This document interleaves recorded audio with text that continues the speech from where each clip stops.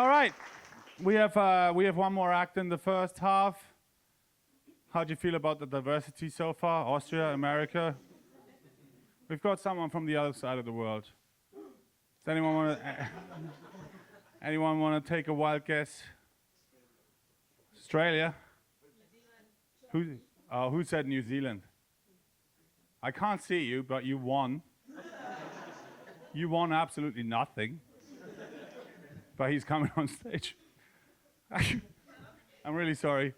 I really brought the mood down, didn't I? Should I do more crowd work? I was gonna be like, I told, like, look, the act who's coming on, his name is Ashton Tourell. He's fantastic. He's Kiwi. He's from New Zealand. And I told him I'm gonna bring him straight on. And this is what happened.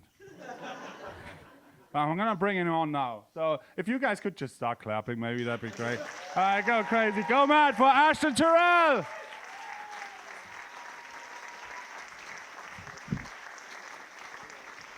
Ko Māori, haere mai. Tēnā koutou, kia ora koutou katoa. Ko papata no te maunga, ko mata o te awa. Ko Ashton toku ingoa, no iwi ka tia aho, no Aotearoa aho. Tēnā koutou, kia ora koutou katoa. Thank you. Okay, I could sense a few people in the audience just then thinking, fuck me, I can't understand a single thing this guy's saying. I hope that's not English. The good news is that wasn't English. That was a little bit of my country's native language, te reo Māori. Bad news, I'm now speaking English. So if you still can't understand me, it's going to be a really long 10 minutes, okay?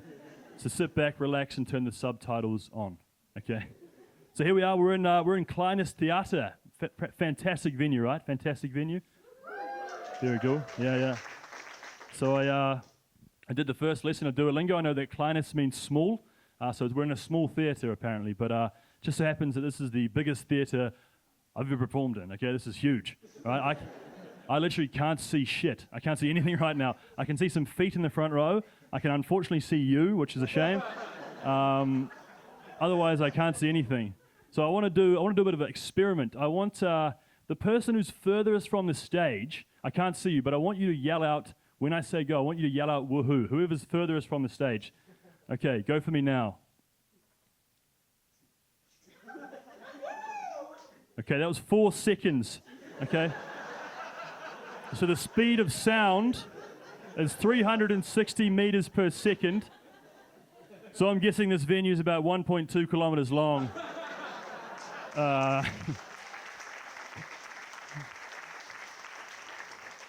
Which is, I guess I've made it, right? This is a big deal for me. Yeah. Biggest venue I've ever performed in, 1.2 kilometers. So as Herbert said, my name's Ashton. I'm from New Zealand. Quick check, does anyone know here what New Zealand is? Okay, good, it's a country. It's a country. You always got to check that here because I've heard it referred to as a few different things. You know, people refer to New Zealand as the place that didn't have COVID. You remember that? We've got it now. People refer to it as the place where Lord of the Rings was filmed. Make some noise for Lord of the Rings. Yeah. Fantastic. But by far the most popular name for New Zealand is Australia. I was literally on a bus here in Salzburg recently and I overheard these people's conversation, and one person said to the other, "Oh, you went to Australia recently. What was your favorite place?" And the person replied to them, "Oh, you have to go to the capital city, New Zealand."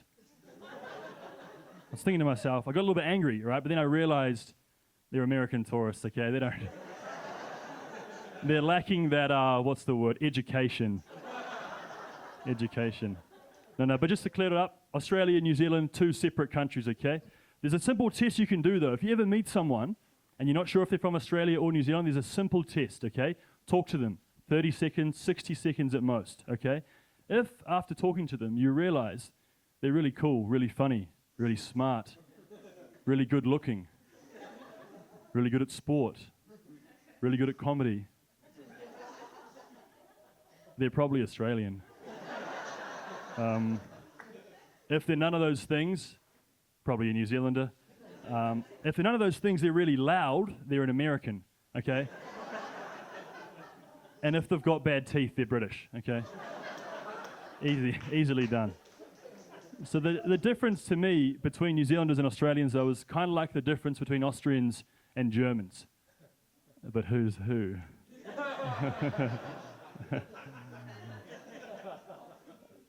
Austria, you're probably with the New Zealanders here, let's be honest, I'm sorry to say.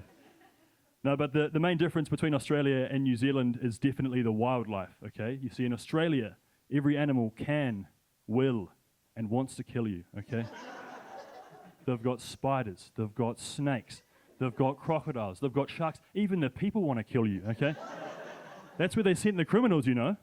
They sent them to Australia. You see, New Zealand, all we have is sheep, okay? 25 million sheep in New Zealand, 5 million people.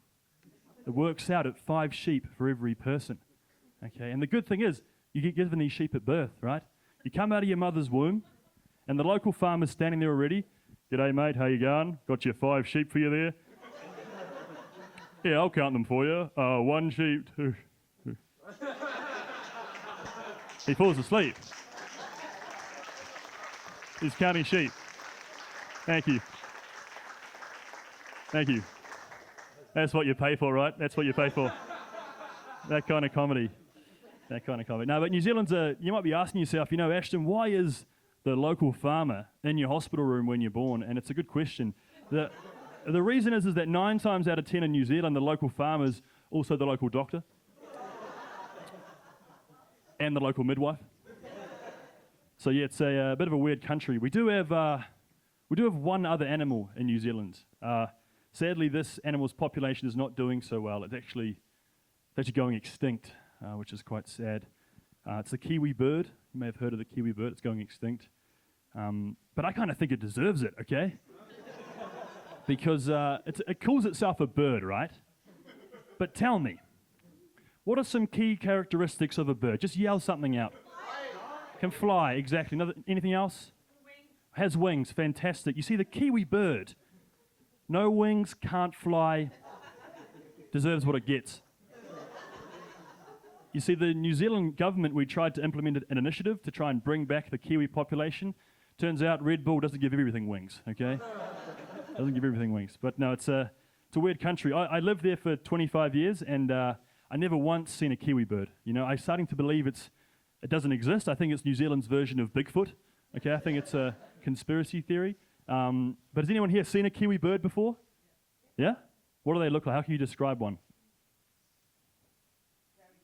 There, thank you.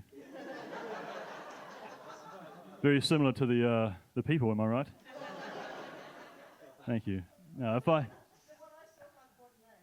the person or the bird? Okay. Okay, the bird had 1 leg, right.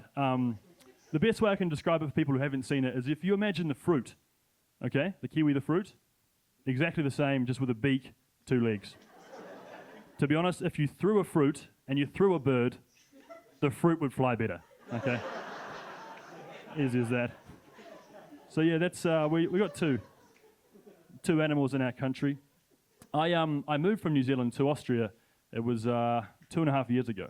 And at the start, it was quite challenging, okay, because there's a lot of differences between New Zealand and Austria, okay? You know, different language, different shop closing times, a lot less sheep, okay? You know, in Austria, there's 400,000 sheep here, okay? 8 million people, 9 million people. It's 1 sheep for every 20th person. You got to enter a lottery. It's a whole deal. I thought, you know what, I'm not going to bother. Okay, but no, the biggest difference wasn't the shop closing times or the language or the lack of sheep. The biggest difference for me was the Austrian and German excessive use of the winky face emoji. Okay, you guys know the winky face emoji I'm talking about, right? Yeah, you do, you sick bastards. Okay. So you see in New Zealand, the winky face emoji is used in very specific situations, okay? Zum Beispiel, for example. In New Zealand, the winky face emoji is often paired with a peach emoji or an eggplant emoji. And in very special situations, the water droplets come out. And at certain times of the year, even paired with a sheep, okay? But you didn't hear that. You didn't hear that from me, okay? That was a friend of mine, not me. Not me. But you see, here in Austria and Germany, people are sending a winky face emoji to their boss at 9 o'clock on a Tuesday. And my first thought is to call HR and to schedule a, workplace harassment. But apparently it's normal. So I want to share with you, to finish off my set tonight, I want to share with you a couple of messages that I've received from Austrians and Germans where a winky face emoji has been used, in my opinion, unnecessarily, and has changed my interpretation of the message. So this first message that I received was from my German girlfriend's mum, okay? She messages me, "Hi Ashton, I hope you have a great time on holiday, and please make sure to take extra good care of my daughter, winky face." Now at first this is an innocent message, okay? Until the winky face. And now I'm thinking, okay, what form of care is she referring to? Okay, a second message that I received goes like this. "Hi Ashton, your residency card is ready to collect, ... However, I can drop it off to you later tonight if you'd like, winky face." Now this is from my immigration support officer. And again, the winky face at the end made me think that maybe I'd be receiving something more than just my residency card. So I took this message as an opportunity to respond and to immerse myself in this Austrian winky face culture. So I reply to her, "Dear immigration support officer," peach emoji. "I look forward to seeing you later on," eggplant emoji. "And because it's a special occasion," water droplets, "I will light the candles for us," winky face. So that evening I didn't receive my residency card and I received nothing else. However, the next morning I received an email. "Dear Mr. Tourell, your residency card application has been declined. Liebe Grüße, immigration support officer," winky face. Now I want this to be just a little lesson for anyone in the audience tonight, okay? If you're thinking about sending your boss a winky face or your immigration support officer, remember this quote, okay? "If I send a winky, it's going to make it kinky," okay? That's my time. I've been Ashton Tourell. Thank you very much.